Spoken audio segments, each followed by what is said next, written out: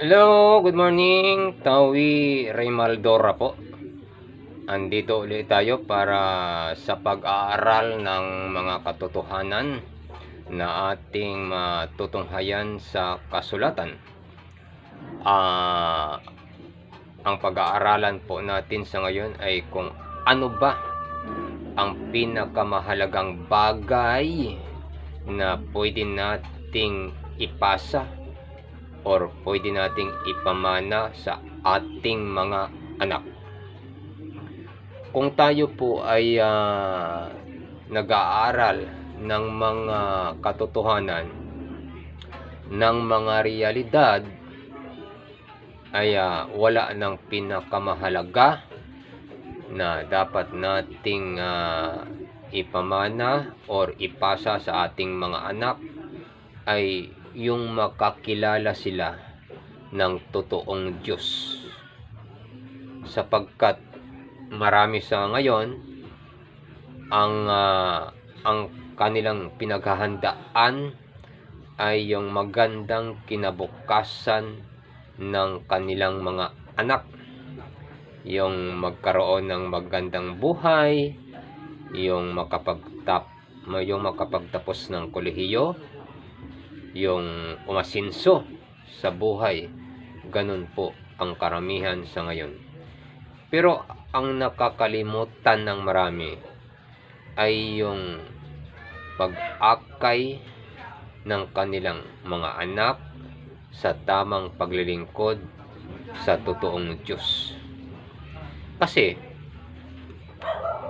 kung mayaman man tayo, mahirap man tayo, pag tayo ay dumating na sa takdang panahon, ay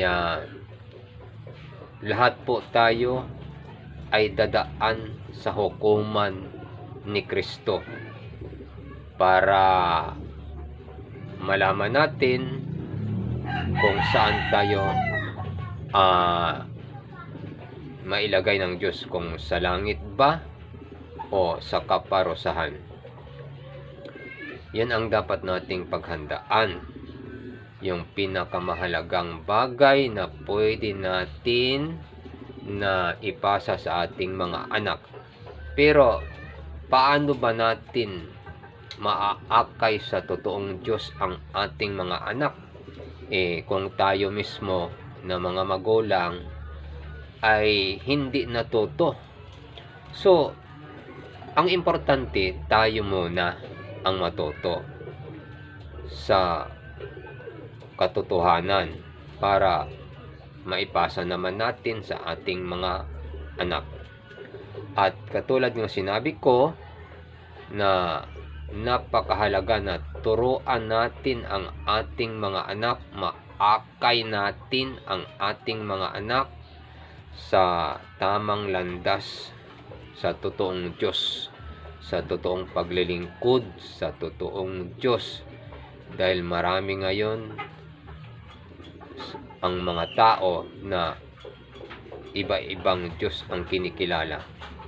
Marami pong Diyos na kinikilala ang mga tao, pero dapat makita natin yung totoong Diyos, dahil maraming ipinakikilalang Diyos ang mga tao. Doon dapat natin maakay ang ating mga anak sa totoong Diyos. Dahil pag nagkamali tayo sa paglilingkod sa maling Diyos, ay hahantong po tayo sa kaparusahan. Napakahalaga po yun. Hindi naman masama na ating paaralin ang ating mga anak, pamanahan ng mga kayamanan tulad ng bahay, pera, o kung ano man ang nasa iyo. Pero dapat nating malaman na mas unahin natin dapat ang pagtuturo sa ating mga anak ng mga salita ng Diyos para sa kaligtasan. Pero siyempre dapat tayo mo ng mga magulang ang unang matuto. Kasi ano ituturo mo sa anak mo na kabanalan kung ikaw mismo ay hindi natuto? So, dapat nating hanapin ang katotohanan. Hindi tayo dapat maging saradong isip na Mayroon kasing tao na kontento na sa kanyang nalaman.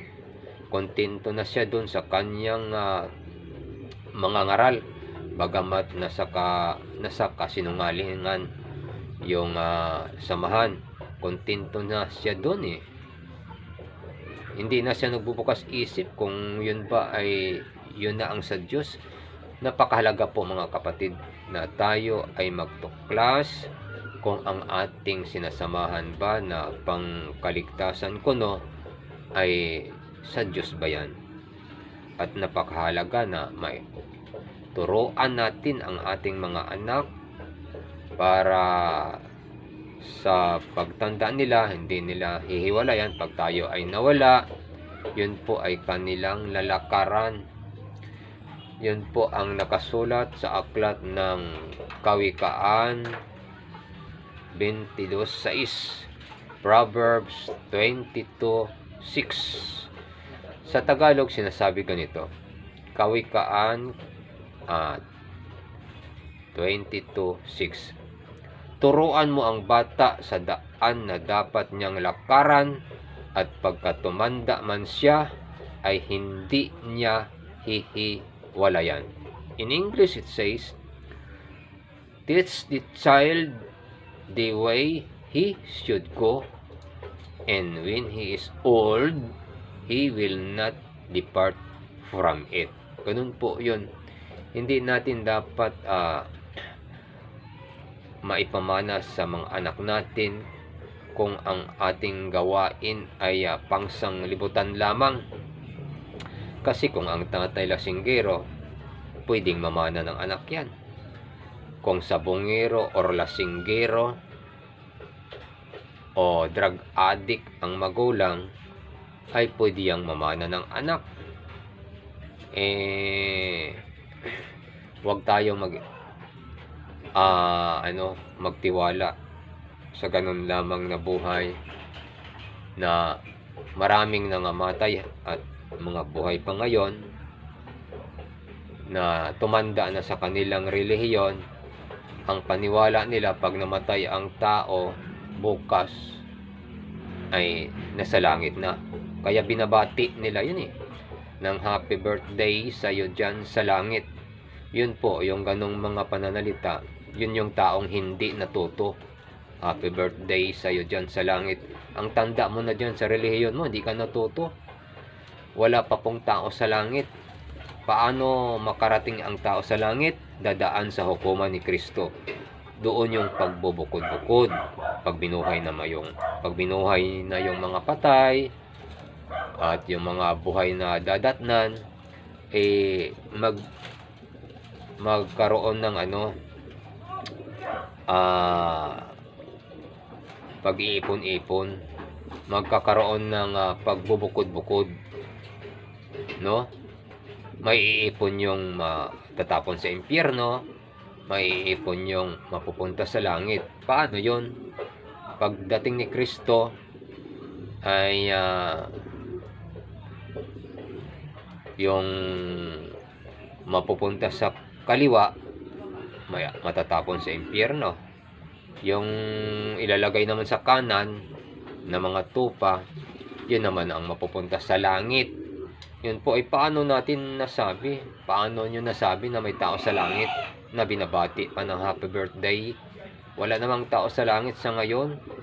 Ay nako, kaya kahit ano pang pinag-aralan ng tao, abogado man siya, doktor, maraming nangamatay, hanggang ngayon buhay pa yung iba. Hindi po natuto Anong pruweba na hindi natuto ng kabanalan, hindi natuto ng kasulatan, hindi natuto ng Biblia? Kasi bumabati happy birthday sa'yo dyan sa langit. Ay wala pa pong tao sa langit. Mapupunta lang ang tao sa langit pagkatapos na mahukuman. Yun po yun. Kung saan ka pwede ka sa langit o pwede ka sa impyerno. Yun po yun. Ganun. Yun pa lang ang pagkakataon na ang tao ay makakarating sa langit pagkatapos ng paghatol. Ay dumating na ba si Kristo? Naghatol na ba? Hindi pa naman Kaya yung mga patay nasa libingan, nasa sementeryo, Wala pong tao sa langit. Ano ba naman yun na lasinggero namatay, sabongero namatay, drug addict namatay, happy birthday sa iyo dyan sa langit. Hindi ka na natuto, tumanda ka na dyan sa relihiyon mo. Hindi ka natuto ng Biblia. Sinasabi naman sa Biblia na magkakaroon ng pagbubukod-bukod sa kambing at saka sa tupa. Ay kung hindi ka pwede sa langit, dito ka sa kaliwa ni Kristo. At yung mga tupa naman dito sa kanan ni Kristo para sa langit. Yung nasa kaliwa ng mga kambing, yun ang mapapahamak. Hindi ka na talaga natuto. Bakit yun ang natutunan mo? Hindi biblical. Happy birthday sa iyo dyan sa langit. Hindi ka talaga natuto. Makamatayan nyo po yan, mga ganyang paniwala. Hanggang dyan lamang mga kapatid, at maraming salamat. Ako po si Tawi Rimaldor.